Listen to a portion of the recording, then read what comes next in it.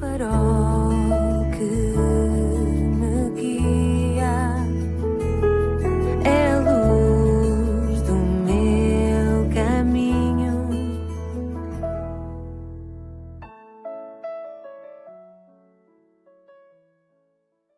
Sou o Carlos Oliveira e quero-te dar as boas-vindas à 166ª edição do programa Pedindo Luz, cujo tema hoje é As Aparições de Fátima.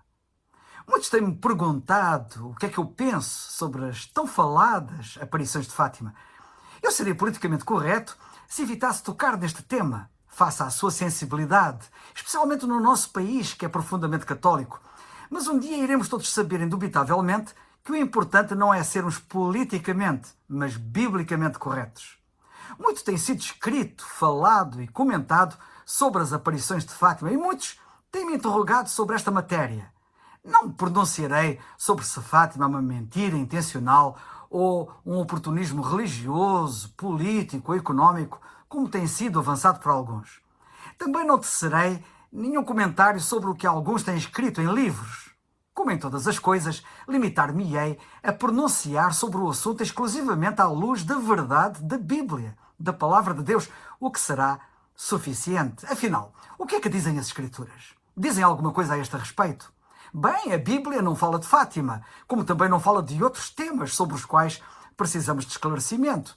Porém, como acontece com todos esses temas, traça princípios ou linhas mestras que norteiam o crente neste mundo em todas as questões. O que a Palavra de Deus não diz, muitas vezes diz muito, sendo muito esclarecedora, e devemos começar por aí. A Bíblia pronuncia-se sobre todos os acontecimentos importantes que Deus disse que vão acontecer neste mundo. Por exemplo, as Escrituras dizem que o Senhor Jesus Cristo vai voltar à Terra, e isso é obviamente importante. Ora, se Deus quisesse que Maria aparecesse de algum modo neste mundo, tal teria igualmente importância e estaria logicamente contemplado nas profecias da Bíblia. Porém, não está. O silêncio da Bíblia a este respeito é realmente muito esclarecedor. Se acontecimentos e personagens bem menos importantes estão profetizados nas Escrituras, quanto mais estariam as supostas aparições de Maria se estas realmente tivessem acontecido. Esta é a primeira razão porque creio que as aparições de Fátima realmente não ocorreram, como veremos melhor ainda mais adiante. A segunda razão porque creio que as aparições de Fátima não ocorreram é porque as mesmas, segundo dizem os seus defensores, visaram trazer mensagens aos homens. Quem nunca ouviu falar dos segredos de Fátima? As mensagens que Fátima contém. Ora, o apóstolo Paulo, a quem foi dada a atual dispensação da graça de Deus, segundo lemos em Efésios 3:2, avisou muito claramente que o Evangelho da graça de Deus, que o Senhor lhe confiou e que é pregado hoje, foi a última mensagem trazida por Deus à humanidade. Ele disse, ipsis verbis, se alguém, mesmo que sejamos nós, ou um anjo do céu, anunciar-vos um evangelho diferente daquele que temos anunciado, que seja amaldiçoado. Pois já dissemos antes e repetimos, se alguém anunciar um evangelho diferente daquele que vocês aceitaram, que essa pessoa seja amaldiçoada. Lemos isto na Epístola aos Gálatas, no capítulo 1, versículos 8 e 9. O apóstolo Paulo também avisou solenemente, escrevendo aos Tessalonicenses na sua segunda carta, no capítulo 2, que no futuro será revelado o iníquo, a quem o Senhor desfará pelo assopro da sua boca e aniquilará pelo esplendor da sua vinda.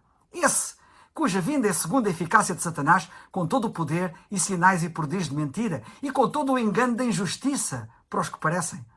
Vemos neste texto bíblico que esta personagem, conhecida como o Anticristo, também chamada aqui Homem do Pecado, o Filho da Perdição, manifestar-se-á poderosamente com milagres enganosos. E o apóstolo Paulo refere que esta ação que ocorrerá com aquela personagem no futuro já opera no presente, como lemos no versículo 7. Assim sendo, temos que ter muito cuidado em não sermos enganados por milagres que até podem ser reais, autênticos, mas são enganosos.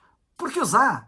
Não me surpreenderia nada que as aparições de Fátima fossem até milagres autênticos, porém enganosos, pelas razões atrás expostas. Esta é a terceira razão porque creio que as aparições de Fátima não ocorreram, mesmo que de autênticos milagres se possam tratar. Também creio que as aparições de Fátima não são verdadeiras por causa das suas contradições doutrinárias. A doutrina católica diz, e muito bem, porque é bíblica, e porque está na Bíblia, que só Deus é omnipresente, ou seja, que está em todo lugar ao mesmo tempo. Só Deus é omnisciente, ou seja, só Ele sabe todas as coisas. E só Deus é omnipotente. Só Deus tem todo o poder. Que nenhuma criatura humana, diz a doutrina católica, e bem, que nenhuma criatura humana, angélica ou diabólica tem qualquer um destes atributos que são exclusivos de Deus, muito menos os três. Pois bem, as aparições de Fátima têm resultado em vermos católicos a rezarem a Maria com orações simultâneas em várias partes do mundo, crendo que esta tem poder para os ouvir e tem poder para lhes responder. Se tal fosse verdade, Maria teria que possuir aqueles três atributos que são exclusivamente divinos. O que é ser verdade? Torná-la-ia numa deusa, e seria uma contradição na própria doutrina da Igreja Católica. Maria teria que ser omnisciente, omnipresente e omnipotente.